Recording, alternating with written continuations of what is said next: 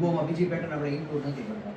તો અહીંયાથી આપણે ટૂલ લેશું. પહેલાં આપણે લો ઉપર માર્ક કરવાનું અને પછી આપણે અહીં હાઈ ઉપર માર્ક કરવાનું.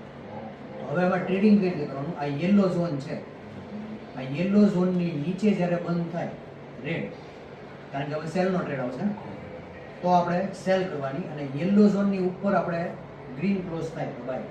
તો પીબો મુજબ અત્યારે બાય. અને એસએલ કેટલો આવશે? એસએલ છે ને આ યલો ઝોન જે છે ઈ સ્પેસ મુજબ એસએલ આવશે. બરાબર? આમાં કયા કયા ઇમ્પોર્ટન્ટ લેવલ છે? યલો ઝોન વાળો કયો લેવલ છે? 382. તો તમારું ટ્રેડિંગ જે લેવલ છે આપણી સ્ટ્રેટેજી મુજબ એ 382 આવશે. બરાબર? તો આટલું ઈઝી છે, આટલું આપણે હાઈ અને લો ખાલી પ્લોટ કરવાના, તૈયાર આપણને ડ્રોઈંગ મળી ગયું, તૈયાર લેવલ મળી ગયા.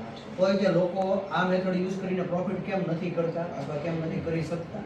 એનું રીઝન છે લો અને હાઈ પકડવા